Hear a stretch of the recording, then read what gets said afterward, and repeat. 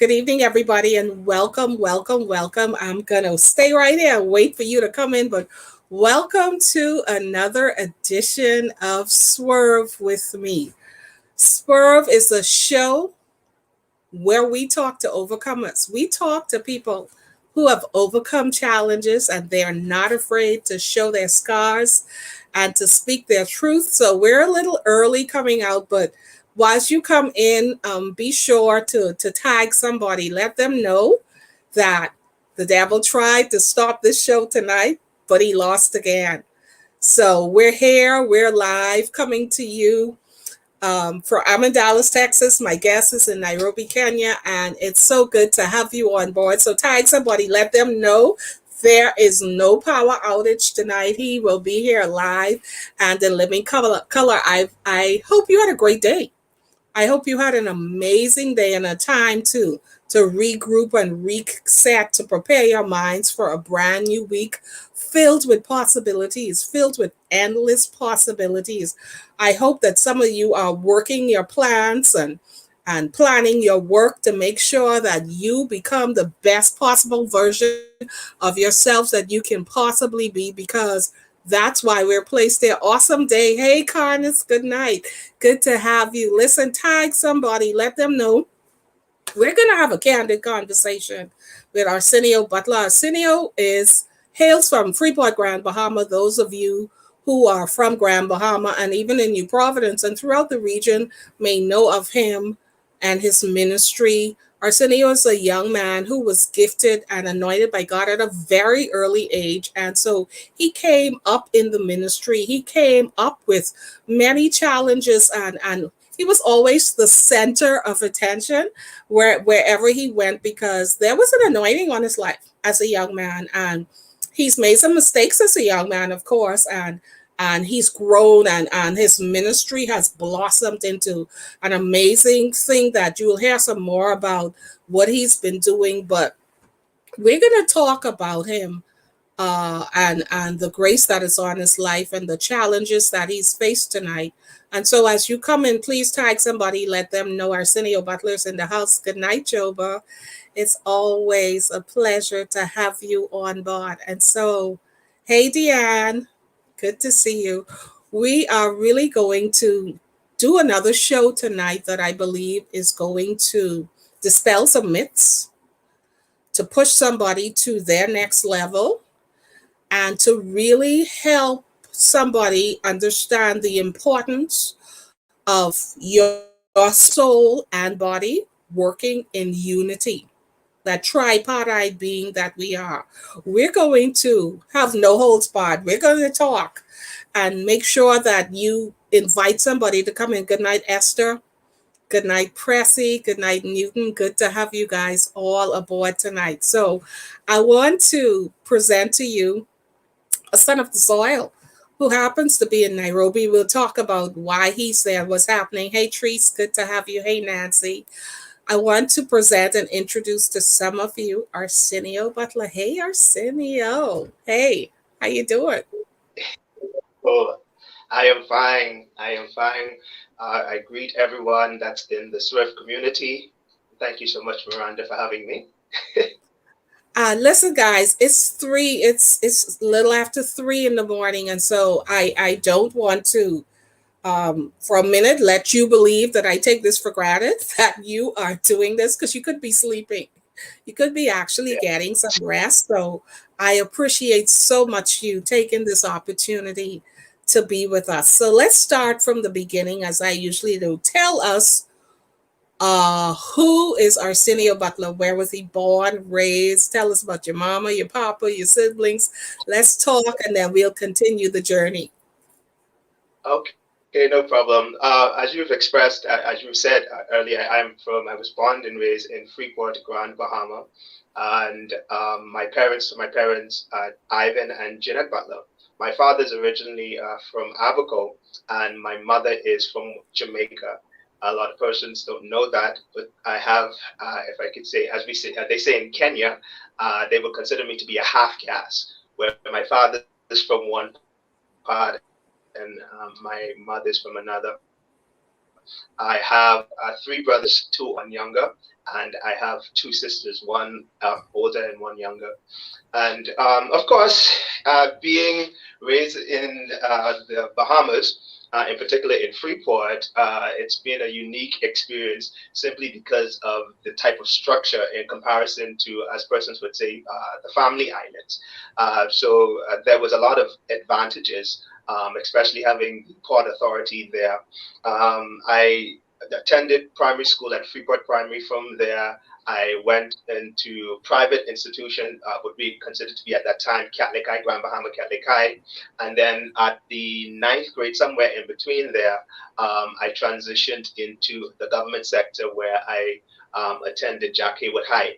And by the time I'd have reached the 12th grade, which in the European they would say by the fourth form, I was fortunate enough to become the head boy. So as you expressed, I was always active, very involved. And one of the things that I was known for in the Bahamas is my talent as far as it relates to the arts. I have a strong passion for dancing, and that Okay, is so something let's that stick a pin I right there. Let's really. stick a pin right there, and let's talk about the dancing because that's what I knew you coming on the scene as a young dancer and participating in Junkanoo and national arts festivals and all of those different things.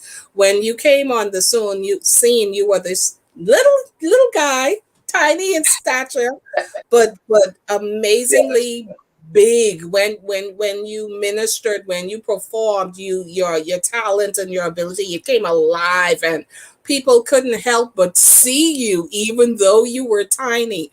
And so I want to roll it back a little bit and talk about, when did you know that you had this talent to dance and I think you used to rap and whatever else, and now you even have a song out. So let's talk about, when did you know that you had something? For me, it really began, I could say, in grade one. My primary school teacher at that time, Miss Miller, if I can never forget her, there was some party that was taking place. And as a result of this particular party, they're allowing us to just, as children, just have fun and just enjoy the music, etc., etc. And somewhere in between there, there was a competition, a dance competition. Somebody started. And from that dance competition, it was evident that I was a very talented dancer. And then by the time as I would have reached the fourth grade, the primary school at that time, they was preparing for their first, I think at that, if I stand to be corrected, but for what I knew to be their first Christmas festival or event. And that during that time, there was a communication between teachers, and they recalled that I was known to be very active in dancing from the first grade. And so they recommended me, and from there, it just became one thing after the other. So with you having this ability to dance, even though it was a blessing, it also brought cast a shadow in a way, because in our community, in our society, we back then and maybe to some extent today, people didn't readily embrace men or boys or males that danced and performed the arts. So with that coming, let's talk about the bullying and stuff that you experience as a result of you being a quote unquote dancer. Yes, yes, yes. Um, wow. There's so much to say about that because, just like you said, during the time that I was dancing, and of course, what most persons doesn't see, they see dance as an art.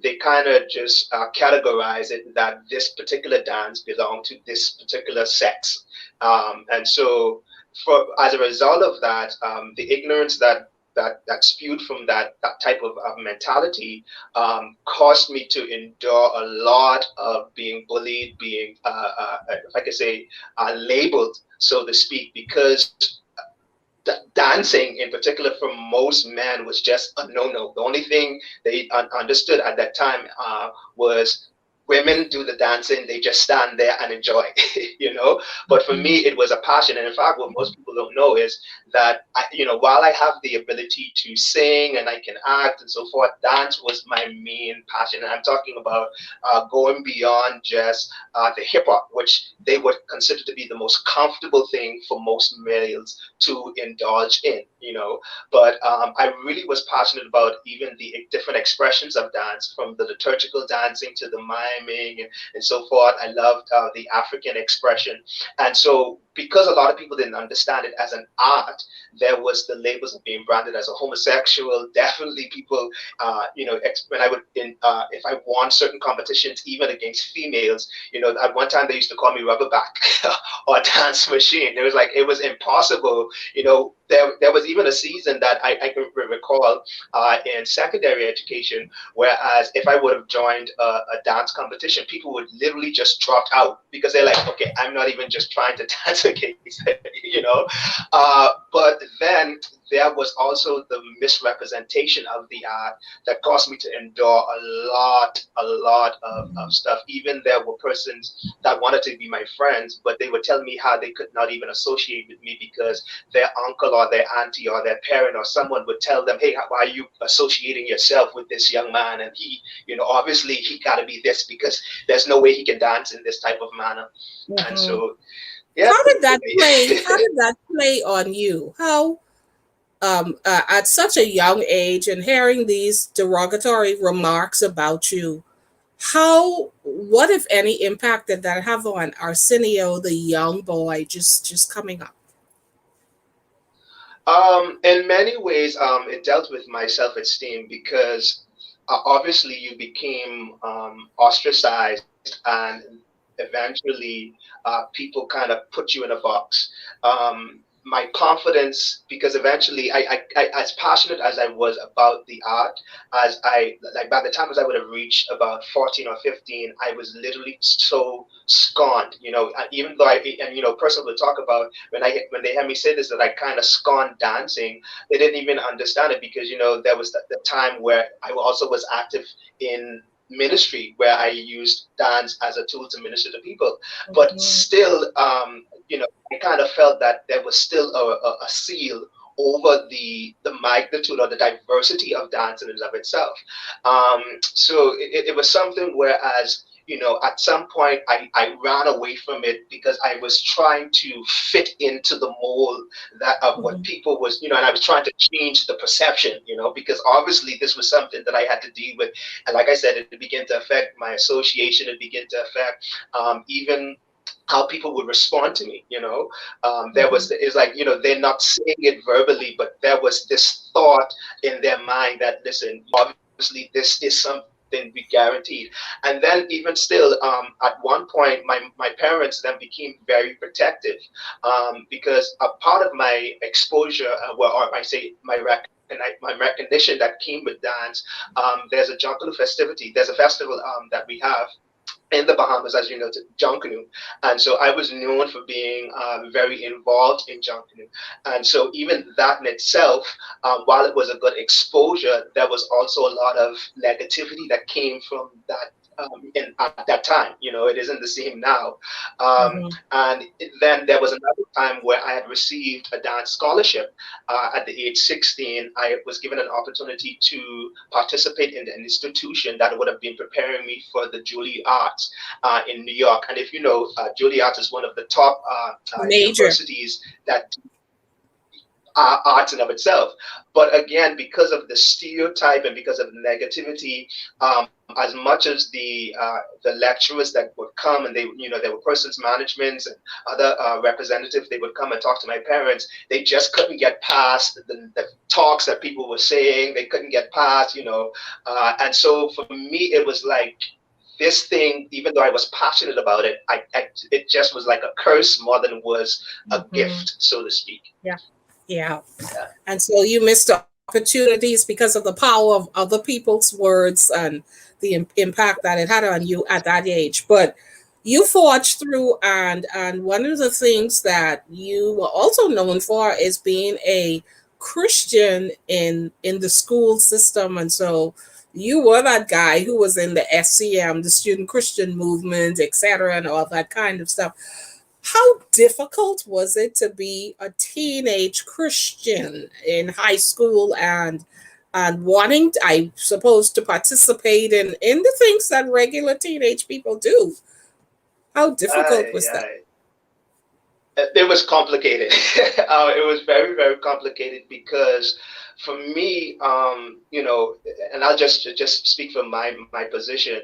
That the way that I interpret the teachings that was given, it like I said, it categorize or it puts you in a position where you should not be saved and involved in anything secular or that does not have, if I could say, Jesus in it, And Mhm. again, for me, I didn't see it that way within myself. And, my leaders, those that I submitted to at that time, especially my youth pastors, my youth leaders at that time, they can tell you that I was, there was many times that, if there was a school dance, I would sneak from youth and run to the school dance. And, because for me, it was like, okay, this is something that I love. And y'all church people, as I would say at that time, you're like, you're just killing me, you're drowning me, as I felt that they was trying to make me to conform to something Mhm. that just was real, and so eventually I gave in, but still deep within myself. And then, of course, like you said, at an early age, when there was a point in time where I really committed myself to seeking God. And in that process, he gave me a challenge at the age 15. And the challenge, I wouldn't even say a challenge, but he commanded me he instructed me to do something at the age 15. And that simple instruction was to go into the middle of the school every morning at 8 o'clock and just begin to pray. And I can never forget my first time following that instruction. I was so timid. I was very shy. I was nervous. And I went to the middle of the school and I just was pacing and I secretly within myself was just praying. And I heard the Holy Spirit says, no, I don't want you to pray in your mind. I don't want you to pray secretly. I want you to pray out loud. And I just began, I was like, okay, it took me a moment, but eventually I started to pray out loud. And in the process of praying, I felt where somebody grabbed my hand. And, within 30 minutes from that moment of the person grabbing my hand, the Holy Spirit said to me, open your eyes. And when I had opened my eyes, literally, it was almost as if the whole school, from teachers to everyone, and there were people that were just there. There was an agreement, they was crying, and the presence of God just came and fall on people. And then the Lord just started to speak to me, and he just started to me he instructed me to rebuke the spirit of suicide and just rebuke this and rebuke that. And I just followed as he was inspiring me. And there was like almost an outbreak of a revival that took place. And from that day straight up into almost me graduating a secondary institution, I mean, the Lord just was using me. But it was difficult because here it is now. People grant me to be this bishop, the next man of God, XYZ. And with their understanding of how Christians are supposed to operate, me Mhm. being young, I kind of felt I kind of gave into the expectations, but it caused me to live from a false sense of what it truly means to be in relationship with the Lord. So Yeah. it was more like I had a lot of, I had to be me in private, you know. Sure, sure. The trappings of religion. Good night to everybody. If you're just tuning in, Yes. I'm speaking with Arsenio Butler from Nairobi. Good night, Pressy. Good night, Elder Inslee. Good night, Pauline. Good to have you. Listen, tag somebody because his story gets better. I wanted to take the time and allow him to talk about this whole idea of being labeled at such a young age just because he was talented and happened to be gifted as a dancer. But you left high school and you got into mainstream marketplace working at a bank, I believe, and then the mortgage corporation or vice versa or whatever. So you were in life, starting a career in business and Yes. finance. And at the same time, were you still preaching? Yes. At the same time, I was still preaching. My first opportunity of preaching, especially on a, if I could say, out of the islands, was at the age 16. And from there, it was like that one door opened up other doors. And then for me, even while, like I said, in high school, there were other institutions, other schools that would call on me to do, like when they have morning assemblies, they would ask me to come and just motivate the students and to just do a prayer, etc., etc. And so that became like a thing. I was on doing interviews, morning devotions with radios, etc., representing the school as an ambassador. Um, and so even while I was working, even the institutions that the companies that I work for, they still respected me in that post and kind of gave me the flexibility, especially like on my lunch Mhm. hour, to even go to other companies and support them in their morning devotion or in their lunchtime, whatever activity they would want me to be a part of. Yeah. So when did I know at one point you actually started a ministry of your own? Uh, Yes. how old were you at that time, and did you see yourself as a pastor, or like why did you start a ministry, or what did you see yourself as? Because for me, like pastors pastor flock, they stay there, they feed, they teach, they do whatever. But what did you see yourself as, and what was that like all about? Yeah, to be honest with you, and anyone that knows me can tell you, that can confirm this, pastoring, and even to this date, pastoring has not been a desire of mine. It has not been a desire of mine. For me, I enjoyed the privilege to travel into different countries and to minister and to represent the kingdom.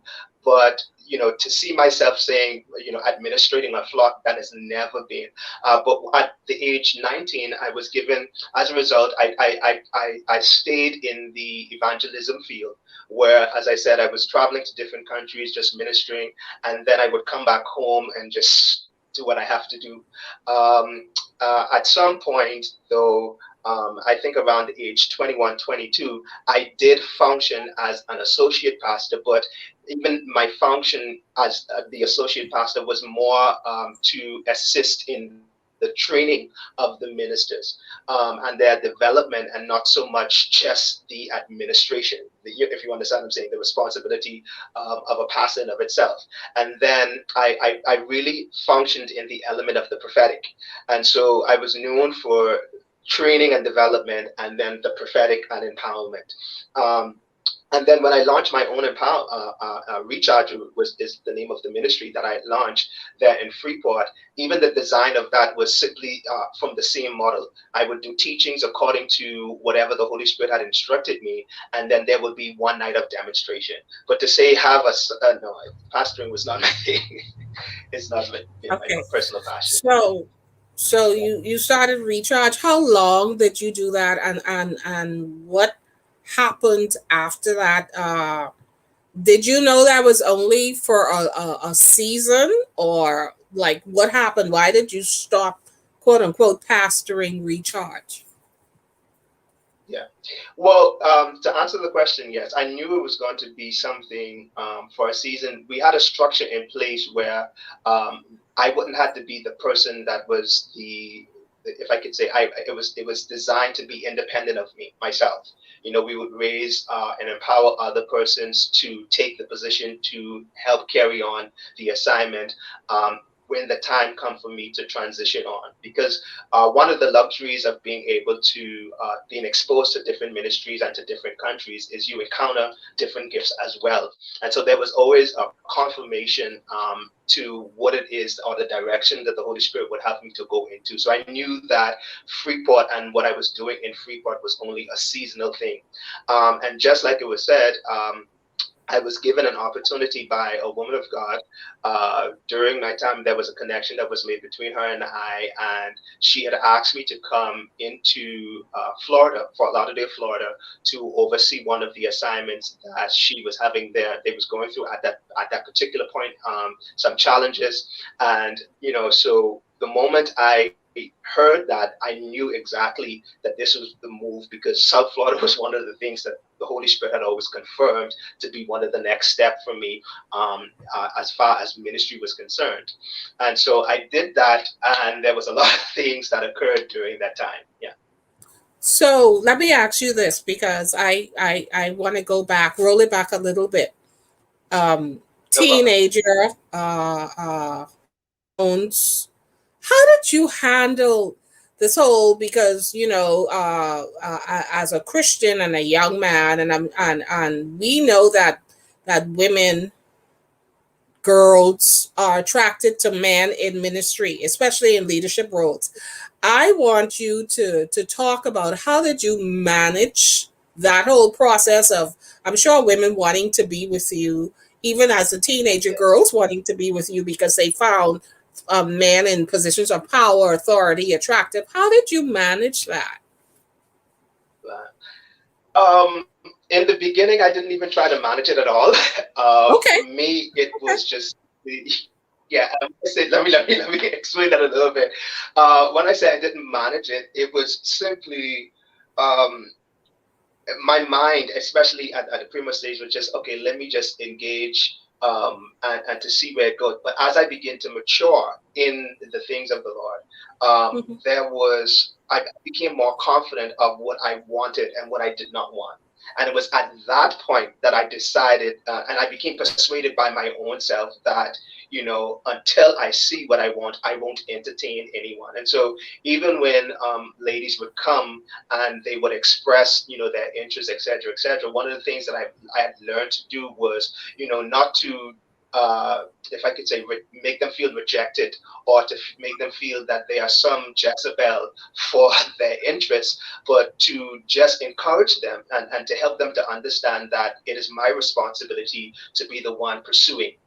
And in that pursuit, they're not my interest, but it was also a good thing for them to identify good qualities. And so I help them to understand that what they desire is the quality and the anointing that they see, but I'm not the Mhm. man meant for them, you know? Okay. And so Okay. that's where the movement became. Yeah. Okay. So, after the stint in ministry in Florida for a couple of months, you returned to the Bahamas, but this time to New Providence, and you Yes. continued to work in ministry there. What was happening in the ministry that kept you moving, and it kept, I want to say, probably drawing people to come to ministries at that point where you were? What was happening? Well, at that time, the leader that had invited me to sit as what we consider to be the campus pastor, they also had a fellowship. That was actually the main base of the fellowship, for the Florida branch. And so, as a result of when it came to the grace that the Lord was revealing, I went from the prophetic to deliverance, and then from deliverance, there became one of the most interesting, even to this point, graces that was revealed, the ministry of the angelic, where ministering spirits would come and literally just begin to move, in such a way where people would see the evidence of something divine in operation that went beyond just somebody prophesying and somebody just falling out. Even persons would run. I can tell you, there were services where persons would literally run because of the manifestation, and I would just say, "Angel of the Lord, bring them back," and they would literally, you can literally see, as if someone was pulling. They was running forward, but there was something that was actually pulling back, and so that became a buzz.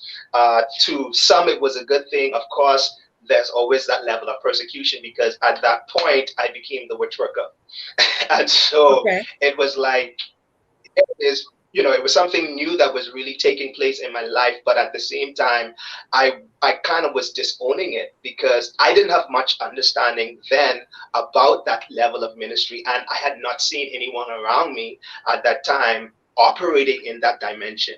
And so there was even pastors, that I was brought, that literally came to me, and they was telling me that, you got to be careful of this stuff, because you entering into something where familiar spirits and this and that and this and that. And so my confidence in even in that dimension of ministry, was becoming stagnated by the talks and the this and the that. And so Mhm. I strayed away from that.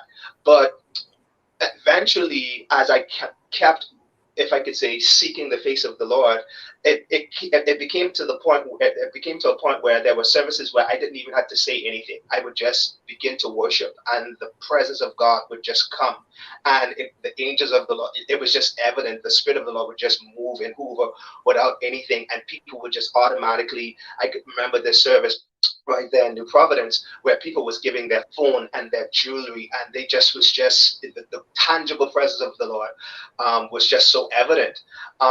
I was afraid because I did, like, again, I didn't understand it. Slow And down. you, 1 minute. You said people were like giving their jewelry and their phones. Like why? Like what? Why were they doing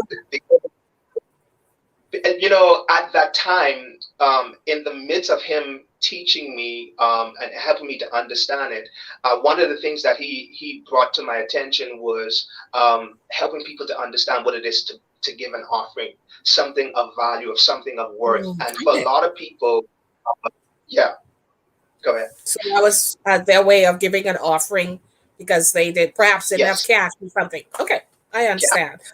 Okay, so how old were you at the time when this was happening? Like what?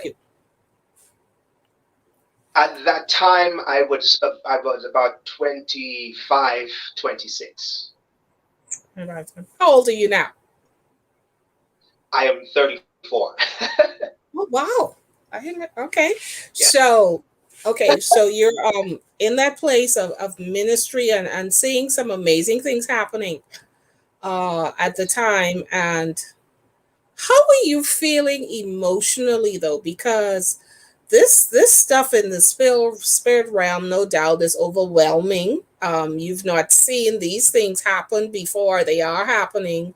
You have people in the midst of these things manifested in your ministry, trying to tell you how to handle it, who themselves have never experienced it. So that must have been interesting.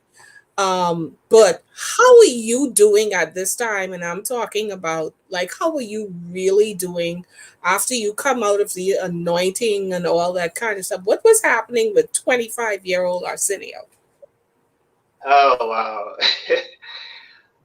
To be honest, that because there were many times, that I would leave a session, and just to kind of give you a backdrop, to what was happening to me emotionally, uh, publicly, I would see the presence of the Lord move and do for people. I would see people experience deliverance. But privately, especially in my home, I had two sisters. In particular, I have my elder sister who was under very, very strange attacks. And there were many times when, I would come from a service watching the Lord do so much great things, and then I had to go home to experience some unnatural occurrences, to the point Mhm. where even my family, for many days, that we were restless and sleepless because of the levels of manifestations and the things that was taking place in the home. And I used to be angry at the Holy Spirit because I'm like, okay, Lord, I just saw you use me to do something that is, I mean, it's only God that could have done this. And then here it Mhm. is, I have to come home and watch my sister suffer, and then be watching all of these unnatural occurrences. For an example, the TV would just turn on and off.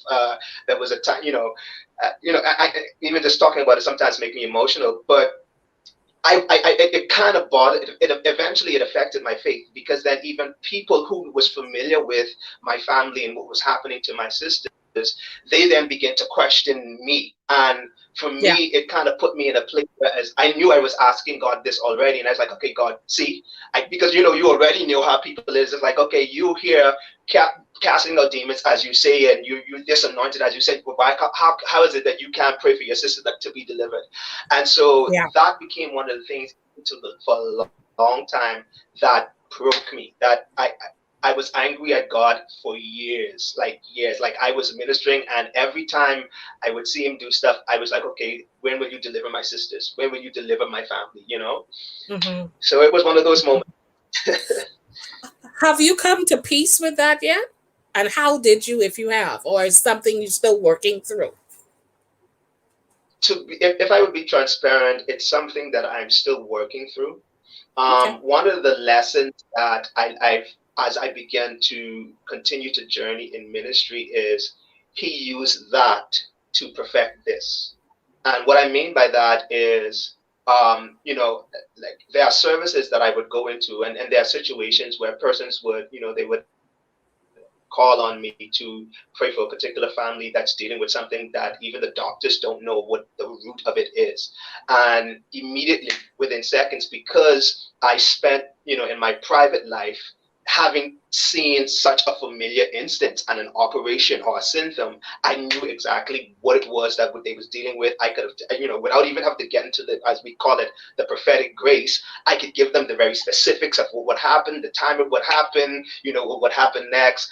And so, you know, at some point, I had to accept the fact that while for me it was unfortunate, it was also something that was used to nurture. Because, like I said, I personally didn't have, if I, mentors that would at that season was able to relate to the dynamics of the graces that I was really operating in. And Right. so the Lord used that to build us. Yeah. Hmm.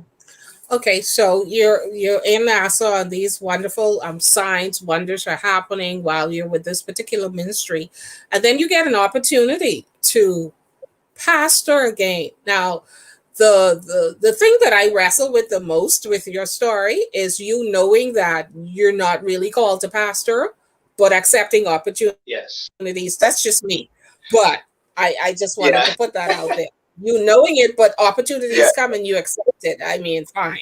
But so you get an Right. opportunity to pastor, to take over, succeed, a work. And it's an exciting opportunity because you're a young man, and it's an opportunity for you to kind of like lengthen your cord, put down some stakes, and to get some things happening. Tell us about that opportunity and how did it come about? Well, so as we alluded, my original intention was not to be in New Providence at all. But because of personal circumstances with the first ministry, I kind of stepped back and I walk away from that. And as a result, a close friend of mine had reached out to me, and for reasons of stability, and because Sure. he saw he understood the behind the scenes specifics of what took place, out of his heart, he was like, there was a particular leader at that time that was looking for someone that was young to just take the work that he, had already established to the next level. Hmm. Personally, I was not enthused, especially because of what I had endured prior. But as a result of prayer, and see, that's you talk about pastoring. Pastoring is not necessarily my personal desire, but I knew at some point it would be a call that I would have to answer to. I'm just Okay. not enthused.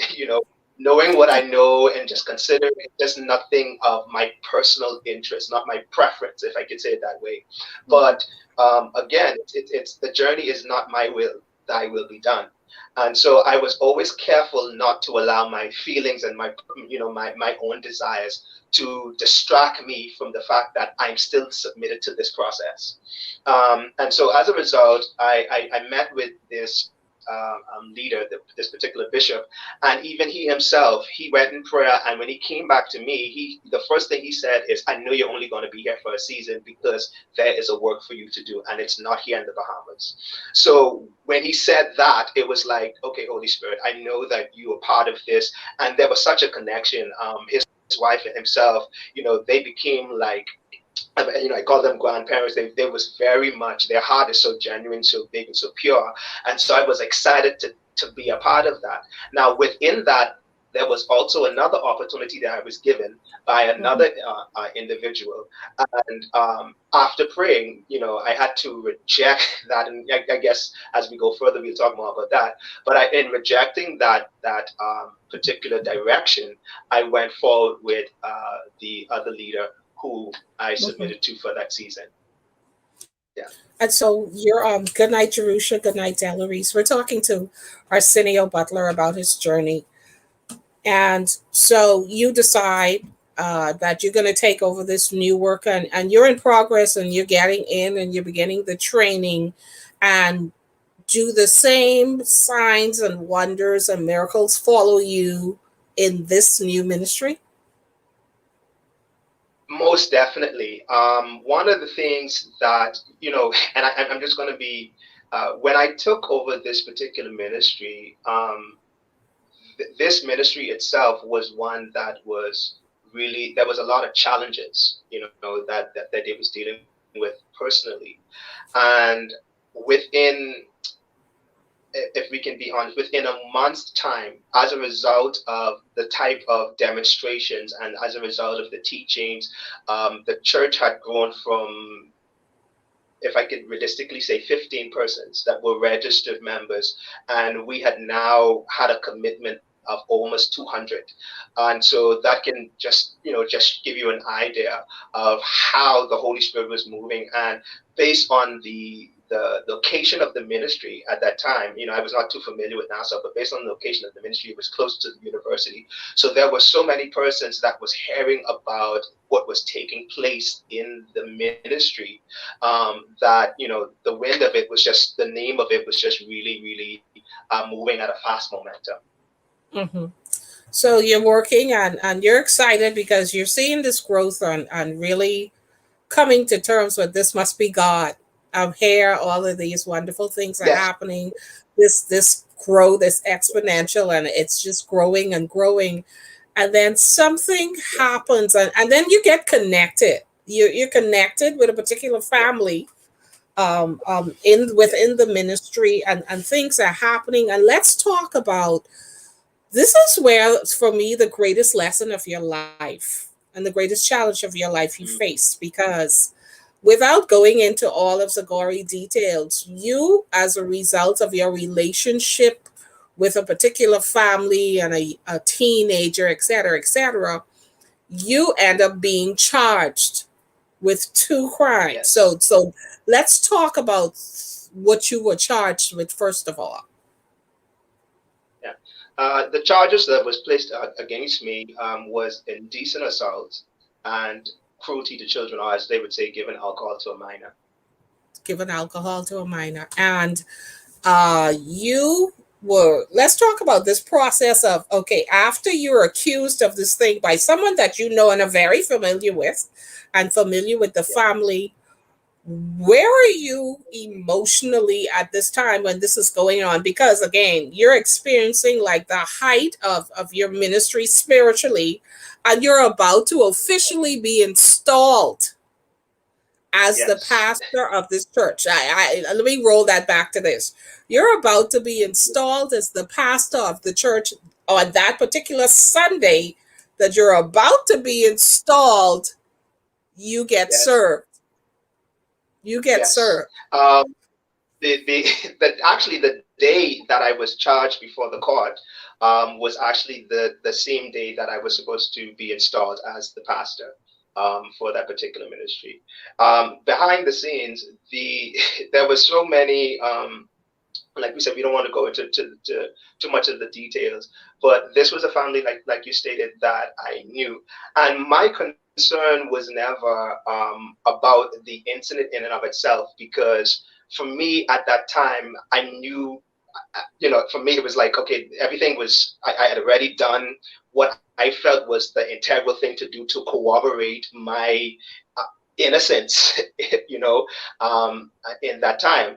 And then also, because when I had brought the incident to the overseer at that time, he also did his personal investigation within the whole ministry, even before taking the stand with me and the co-accused in the manner in which he did, because he was not, going to put himself out there or be naive just because I'm his, elected pastor, and he wants me to move forward in the ministry. In fact, he shut down everything. He literally had a meeting, I'm told, with the whole church, every child, every, and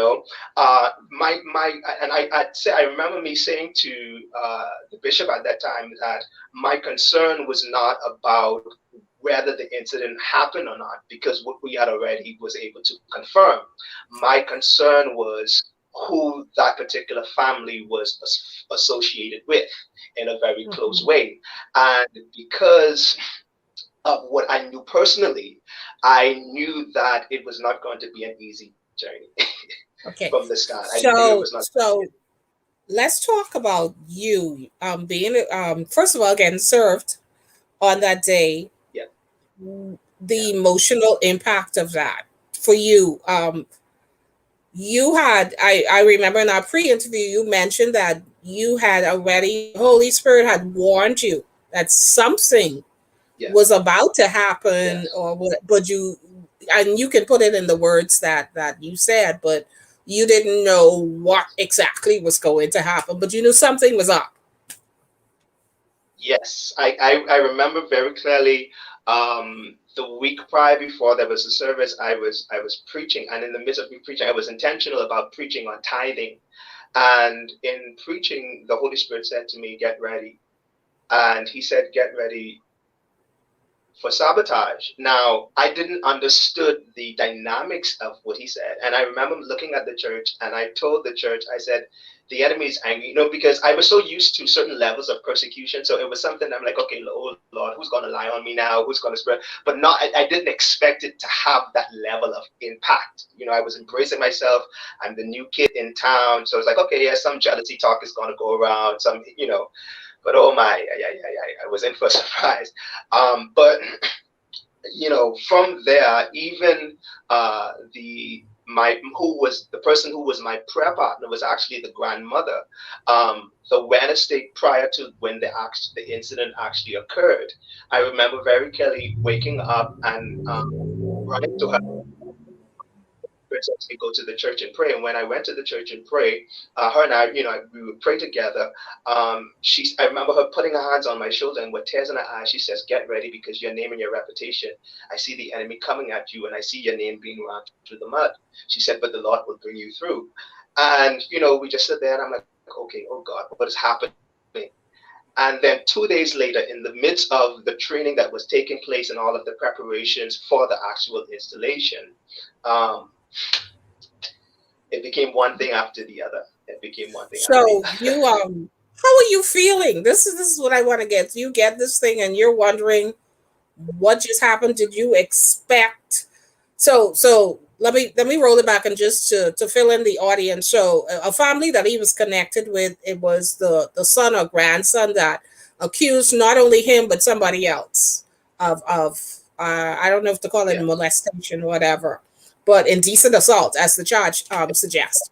But so when this actually happens and the police come, what are you thinking?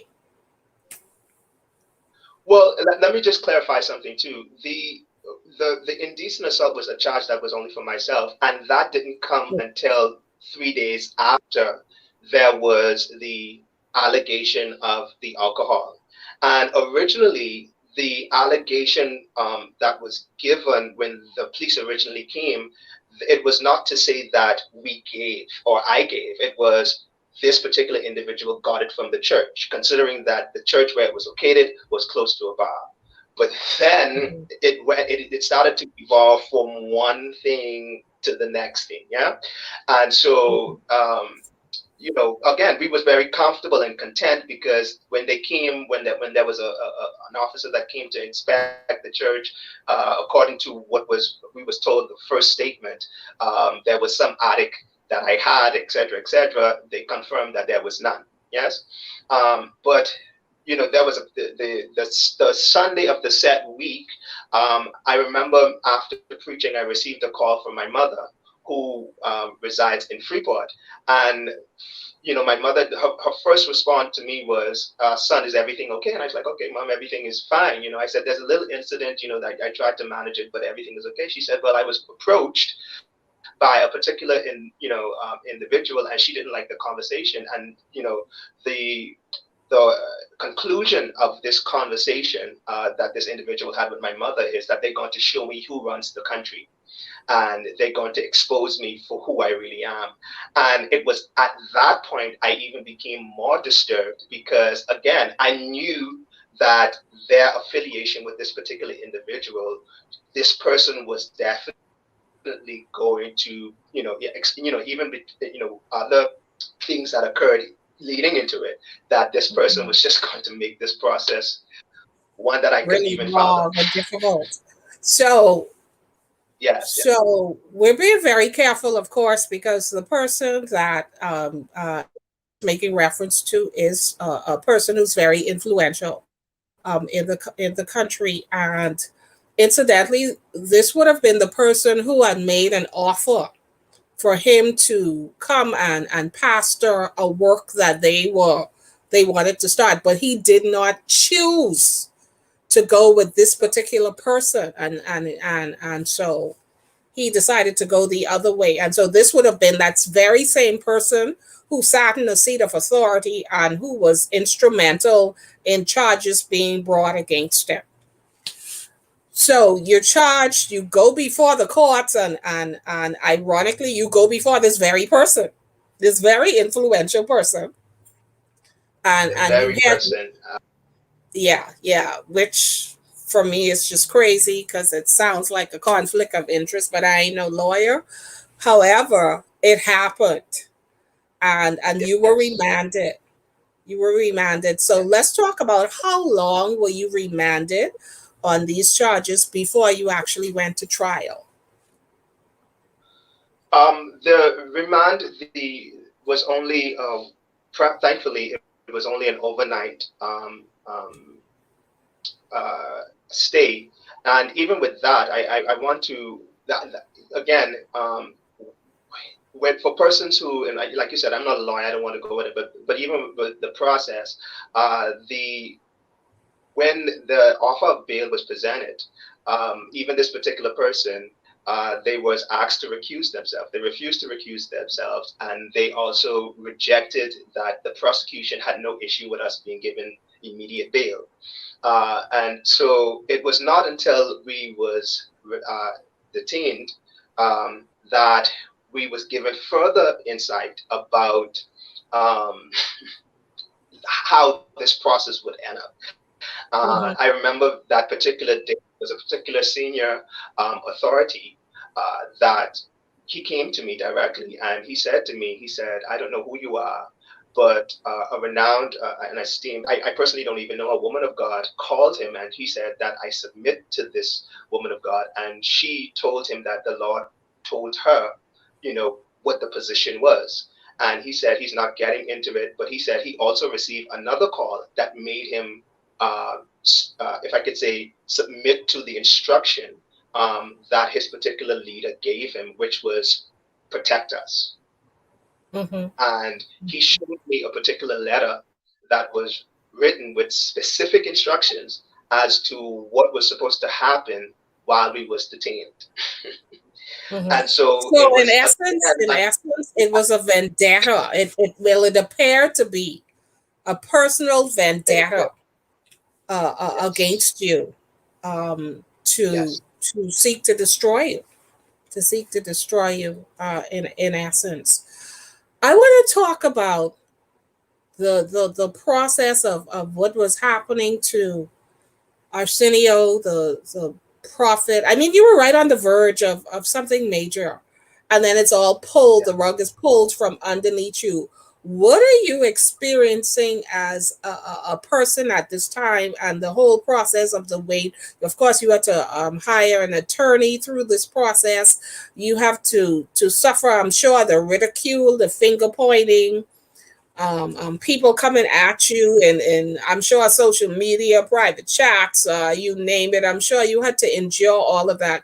How did you process all of that happening to you at that particular point? Why me? It was simply why me. There was nothing that I it was just simply why me. And for me, as we, one of the advice that my attorney gave was, she said to me, she said, it's not going to be easy, but I'm going to give you an instruction. And she said, whatever you do, don't defend yourself.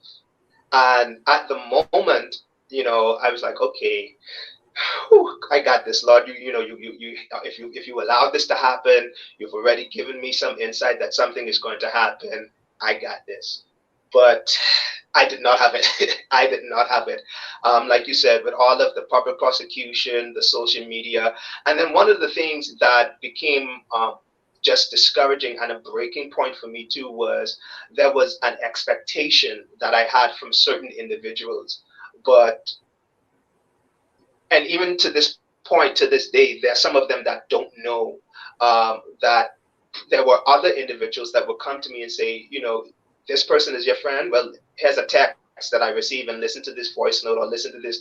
There were leaders that were calling, I think as we say, connections, or leaders that used to invite me on their platforms. And thankfully, those particular leaders, especially the ones internationally, they themselves was confident in my character, knowing the type of person I was, and so they was not necessarily moved by that. They had to operate in certain measures of wisdom, considering that the case became a high profile case.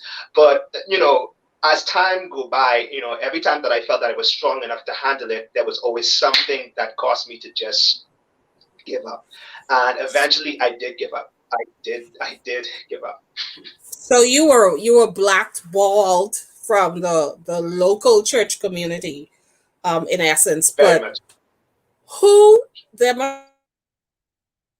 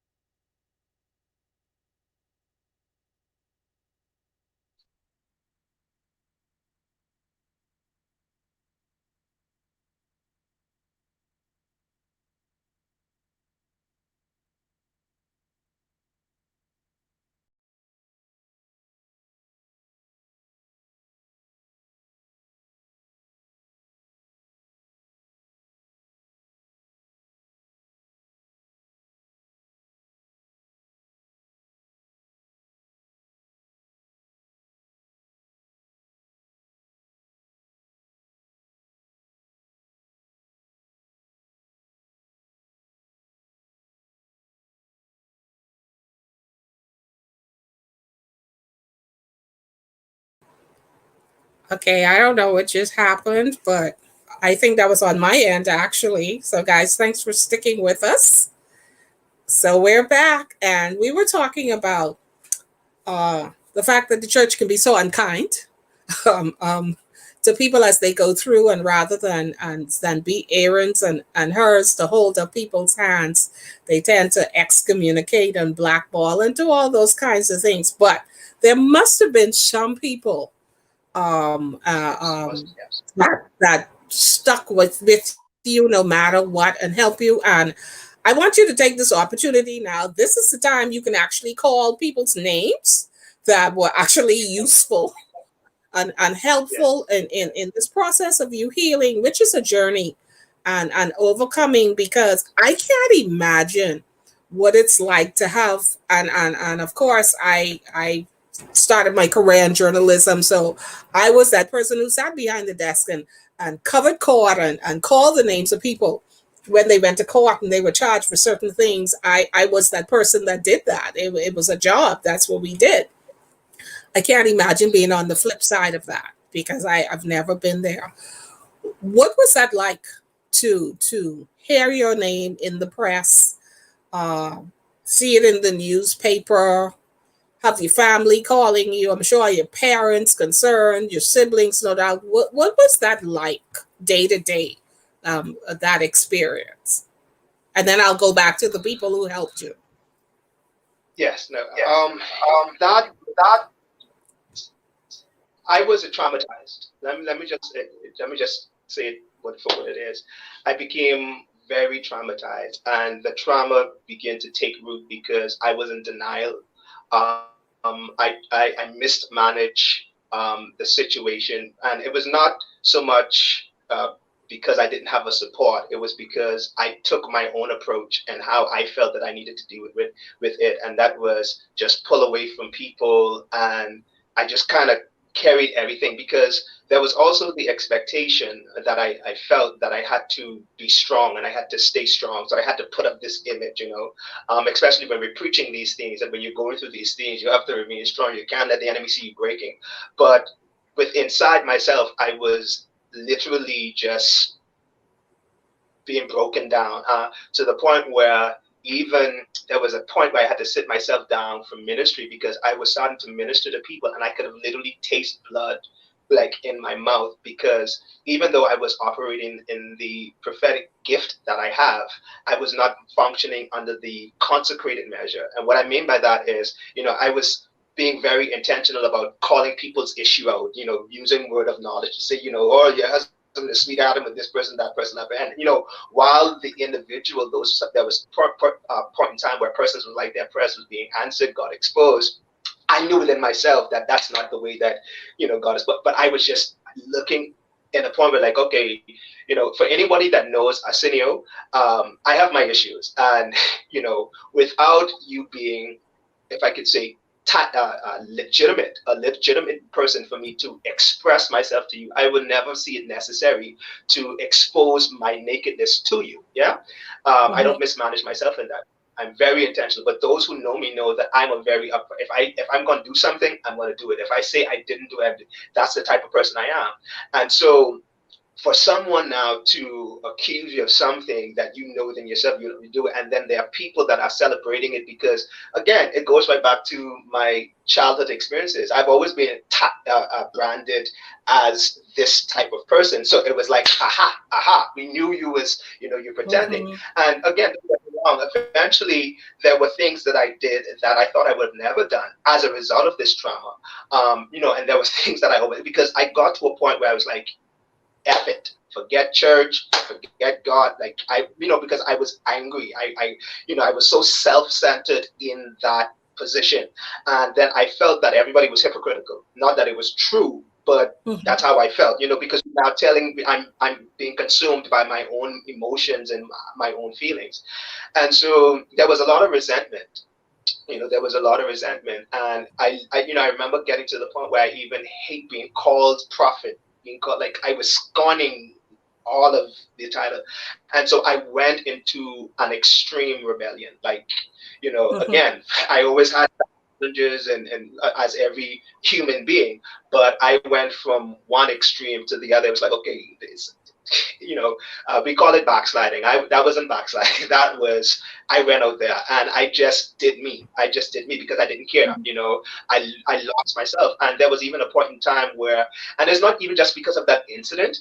It was like one thing after the other after It's the the other, and it's like, culmination of yeah, issues that you didn't deal with before. exactly. And so eventually I even got to a point where I was smiling with in people's faces, but I was dying inside. I was literally dying. And there's some close friend of mine that, at certain points in time, they would ask me, but I would just shake it off. I would, just give them some story. But I used to, there was a point for a long time, like for 3 years or so, I couldn't sleep. The only way for me to sleep was I had to get extremely drunk. That's the level. Because, like I said, there was a lot of other things that was happening that went beyond the courtroom that was directed to on that end. And then there was a lot of personal things because there was cause and effect. It was difficult for me to even get a job at that time. Persons would want to hire me, but it was a high profile case. And so even the responsibility of being able to sustain myself, thank God for my support system, that was in my life. But something that we had anticipated that might have taken maybe a year became 7 years in total. Wow. And so you can imagine that, and there was always an uncertainty because when one court date was set, then you go to court, and then there was a delay for whatever the circumstances was. And so it was a really real challenge, even to the point where I at one point was about to just take my life. I had tapped out. I had Mhm. totally tapped out. So your life is basically on hold for 7 years, back and forth with this Yeah. thing, and all of the emotional turmoil and the trauma that you were experiencing at the time. No doubt the enemy speaking louder than any of the other voices in your head at the time, of course. And what was the breaking point when you said, and I know you even having suicidal thoughts? First of all, did you actually attempt it, or was it just a thought? No, it wasn't a thought. It was a well thought process. It wasn't just a thought. It was. I was definitely about to attempt, and it was something that um, I had planned for like a month or so during that particular chapter and phase of my life. What intercepted? Who intercepted? What happened? What happened that Um, you didn't carry out this plan that you had, this thing that you'd been planning? to to be honest, if I to be honest, during that particular time, there was again close friends of mine that you know I got to a point where, like I said, where it was difficult because my mind, I was so under such levels of anxiety and stress.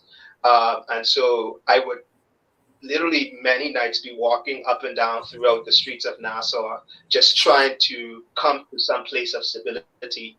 And like you say, in those moments, here it is, the devil is, because now you realize that everything that you've been trying to work for, being that I'm a very ambitious person, seems to be blocked. Nothing is working out. Everything seems to be failing. And then even too, like I said, what we anticipated to be just a year's process became longer than that time. And so now I'm relying on people because now remember, I can't get a job. There were persons who wanted to invite me to a particular conference, etc., etc.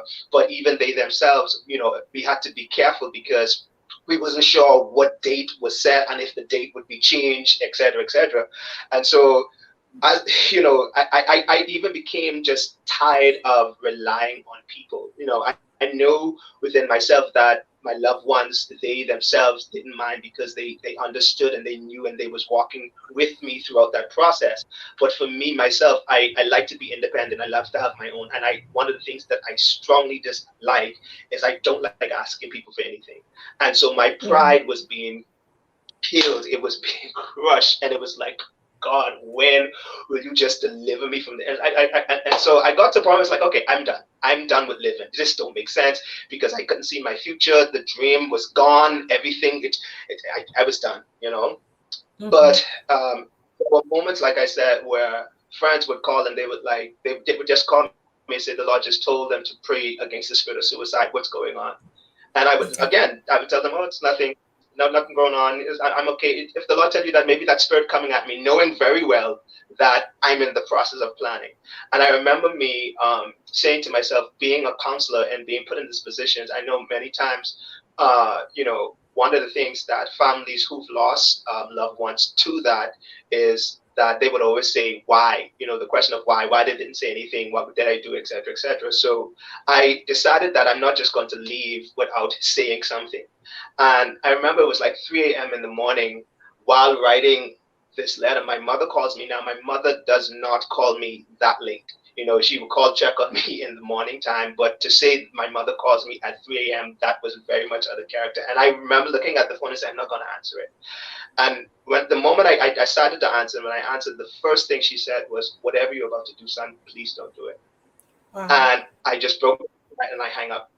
And she tried call back, and it just was done. She tried and I just turned off the phone because I was like, okay, no, God, you're not going to do this. No, you're not going to do this because I've been crying and begging. Give me a break. Show me the light in the midst of this tunnel, this darkness, and not no. And I was very, very much serious about it. Mm-hmm. So was that the call that it just kind of threw you off with your mom intercepting what you wanted to do at the time? Was that it? No, actually, the thing that intercepted was a friend of mine, her daughter, who I now ascribe to be my goddaughter. Like I said, I did the letter, and what I did was I set up. Whereas once I sent out an email, it would be like an email blast to all of the persons that I intended to receive that letter. And Mm-hmm. within, I was staying in the Robinson Road in a particular community in that area, and my friend, she didn't live too far from that. And I remember me saying to myself, I know once I send this letter and they read it, they're gonna come looking for me. So the bus route was very much in a close proximity to where I was staying, and so I had Mm-hmm. already calculated, let me jump on this bus because this is where I was going to go, blah blah blah, X Y Z.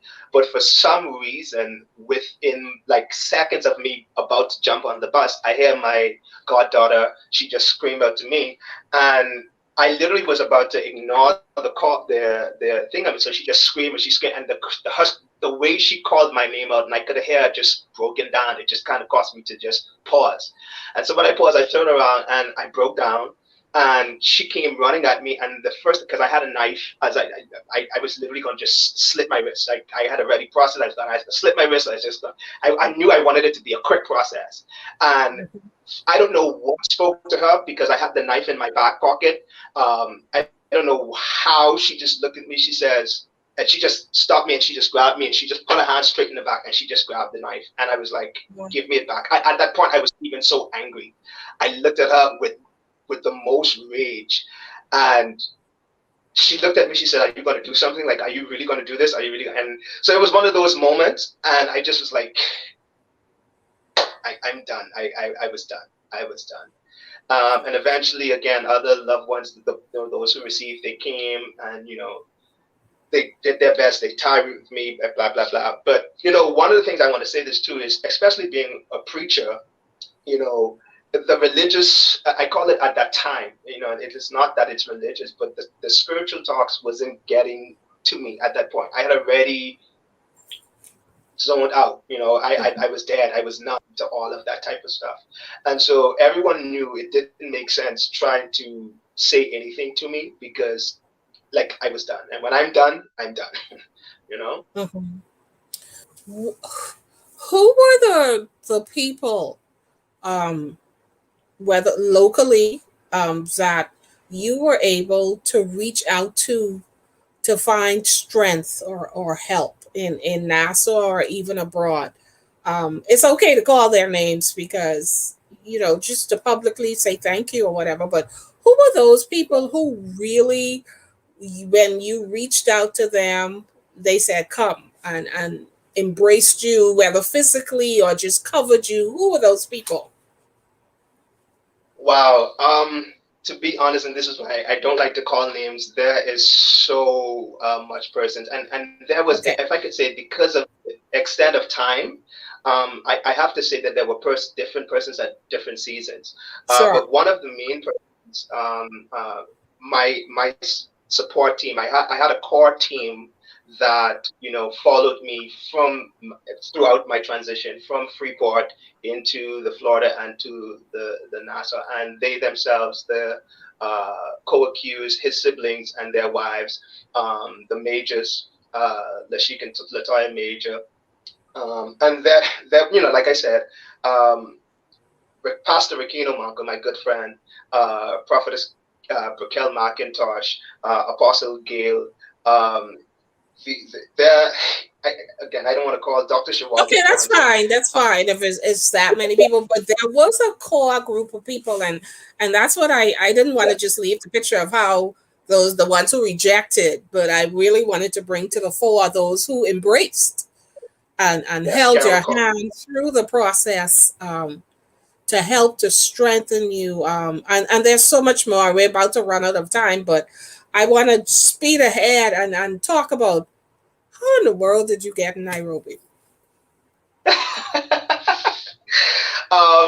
I came here as a result of ministry. Nairobi is somewhere I've been 11 years ago. I was here during a crusade. And as a result of the impact from the crusade, they've been reaching out to me from that point until now. And again, because of the case, I was unable to travel such a distance with, the uncertainty of Mhm. the dates. So I've been here doing ministry, but then I came here last year, March 1st, and throughout the time of the conference, there became the restrictions of the pandemic, and so yeah. Mhm.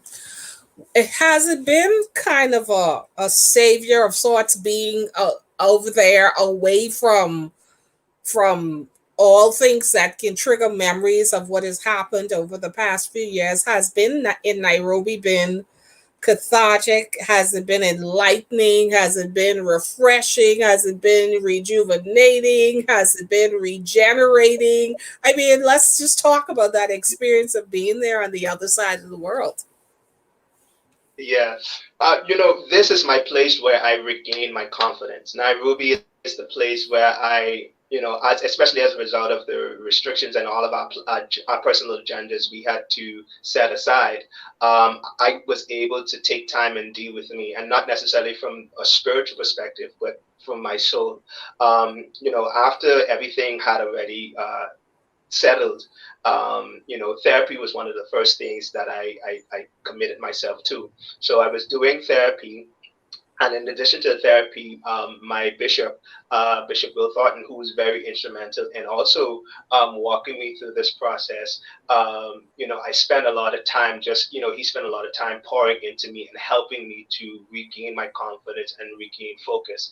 And so Nairobi, because it's so diverse, it gave me the opportunity to just do that, And with Mhm. the pandemic, of course, with the restrictions, and there was the lockdown, there was no ministry, so I only had time to deal with Arsenio. Yeah, So yeah. this is that place. This is that Divinely place. orchestrated. Divinely orchestrated everything. I want to say thank you. I'm going to begin to wrap this up and say thank you, Arsenio. Thank you for bearing your soul, Yeah, exposing yourself, sharing your truth. Because I like people to understand that we are humanity. We are human. This the spirit is wrapped around human flesh, and we feel and we experience emotions. And I wanted people to kind of get an insight into your journey and your process and how you're in that process of healing. And hey, Apostle Gail, good night. She says, wow, what a journey. Um, it is so important that people understand that we need support of all of who we are. We need that inner healing spiritually, but we need that emotional and mental well-being. Anybody who knows me know I am big on that. I'm huge on that because you're no good if you're not solid, yeah. fitly joined together and compacted. Let's talk about your music because you produced a song recently, a couple of months ago. You released something. Talk about the music and I didn't know you sang, like, because Yeah. I didn't know that side of you. I know the dancing, the pantomime, and all that other stuff. I think even I've heard spoken word or something, but I didn't know the voice until I heard the music. So let's talk about the journey. Did you write the song, and how did that come about? Yes. Well, worship is one of my passions, and so the song that I released was a song that I wrote almost 11, 12 years ago. And again, as a result of my refocus, there was a season where my bishop had released a word, even in the midst of that incident. One of the things was there was the Lord wanted to me to tap into the music.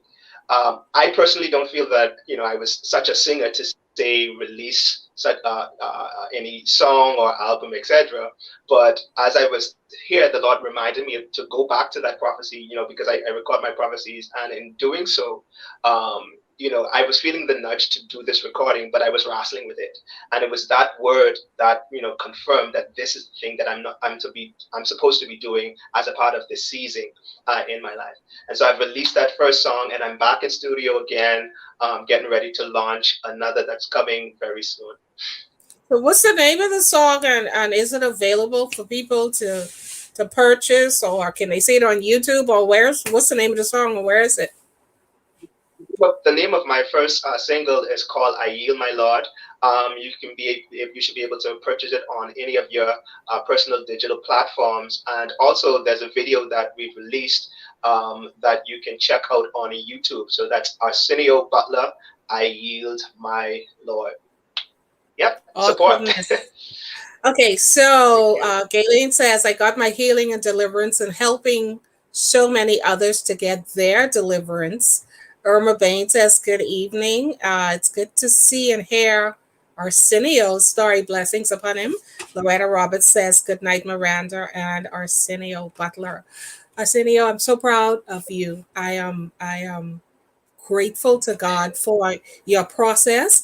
And as I've told you privately, I'm saying it publicly, I am so excited about your next chapter as you continue to put in the work, as you continue to Yes. put in the work for the healing to take place, and don't jump out of there until you know it's right. Don't feel the pressure of other people, and even the pressure, because you got to make money, finances and all that stuff, and I get it, but don't do it until you are really 100% certain that it is the Lord that has released you to do it Yes. again. Yes. I do know that there are people waiting for you. I do know. Yeah. And if you thought that you have touched others in the past, wait until this process is over.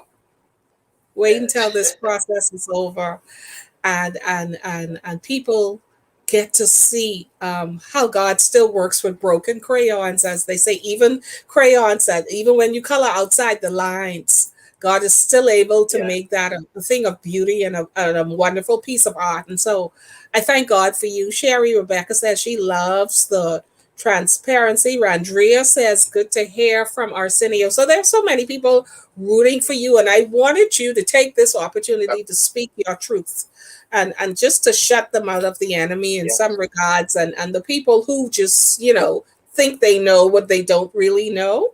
So bless God for you, for your Uh, graciousness, for staying up in the wee hours. It's now after 4. Bless God for you. Thank you yeah. so much, Arsenio. Get some rest. I mean, And we'll be yes. talking soon, because I can't wait to share all of the other amazing things that God is about to do and is already doing in your life. So, good night for me. Good morning for you. Rest well, and see you soon. Thank you so much, bro. Thank you so much. Thank you. Good night, everybody. That's another edition of Swerve with me. Thanks for hanging out with me. Newton says, I got to read this. It's only God's grace. What a wonderful testimony. Continue to be encouraged. So, listen, there are more with you than against you. You Yeah. just put in the work you need to put in. And like my bishop, Neil Ellis, often says, what I can't make happen on my own, God will make happen for me. And so, what you can't make happen on your own, He'll make it happen for you.